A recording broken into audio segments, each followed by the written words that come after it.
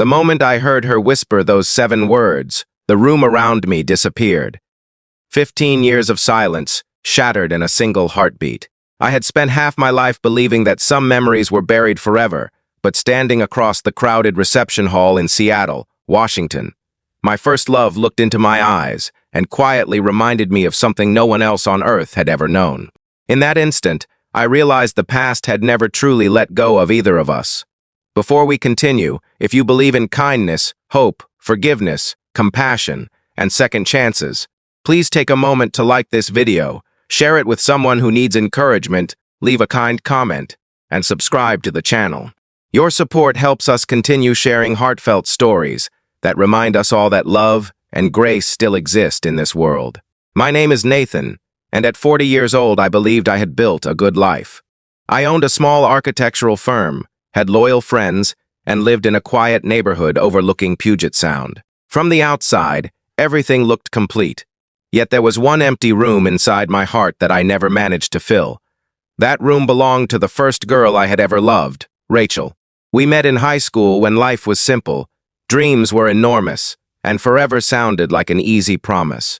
We planned road trips across America, talked about raising a family someday, and believed nothing could separate us.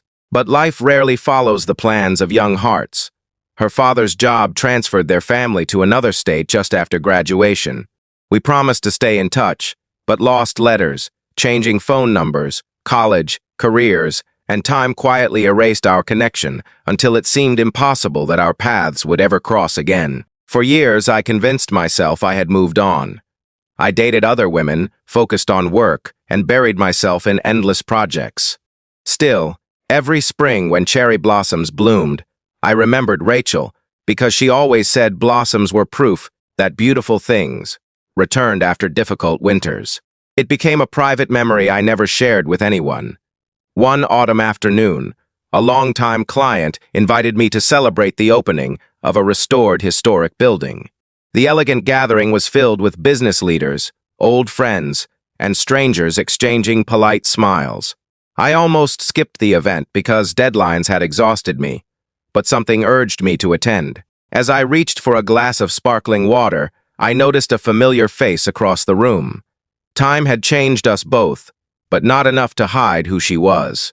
Rachel stood there speaking with another guest, her smile carrying the same quiet warmth I remembered from 17-year-old summers. Our eyes met, and for several seconds neither of us moved.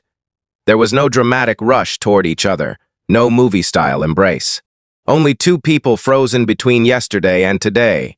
She slowly walked over with gentle confidence, and after a long silence, she smiled softly. Then, she said something that made my heart stop. She reminded me of a tiny wooden box buried beneath the old oak tree behind my childhood church, where we had hidden handwritten letters to our future selves. We had sworn never to tell another living soul. I had forgotten about that promise completely. Hearing those words proved that she had carried that memory all these years, just as I had unknowingly carried pieces of her. The following weekend, we visited the church together. The building had been renovated, but the ancient oak still stretched toward the sky exactly as it had years before.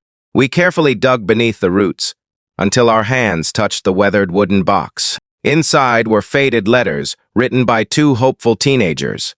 My letter described becoming successful without ever losing kindness. Hers spoke about finding the courage to forgive life whenever it changed her plans. Reading those pages brought quiet tears, because we realized neither dream had unfolded the way we imagined. Yet both lessons had shaped who we became. Rachel shared that she had spent years caring for her mother through a long illness before becoming a children's librarian. She never married because responsibility arrived before romance. I admitted that success had filled my calendar, but not always my heart. Neither of us blamed the past anymore. Instead, we felt grateful that life had preserved something more valuable than youthful promises. It had preserved respect, compassion, and the ability to recognize each other's true selves after 15 long years. Over the next several months, our friendship grew naturally. We volunteered together at community reading programs, restored old park benches, and discovered that love built on maturity looked very different from the excitement of first romance. It was quieter, steadier, and rooted in gratitude instead of expectation. We learned that second chances are not about recreating yesterday. They are about honoring what yesterday taught us while choosing tomorrow together. Before we reach the end of this story, I'd love to hear from you. Please leave a comment and tell us, do you believe first love can return at the right time? Or do you think some people are simply meant to teach us valuable lessons? Your thoughts may encourage someone reading through the comments today.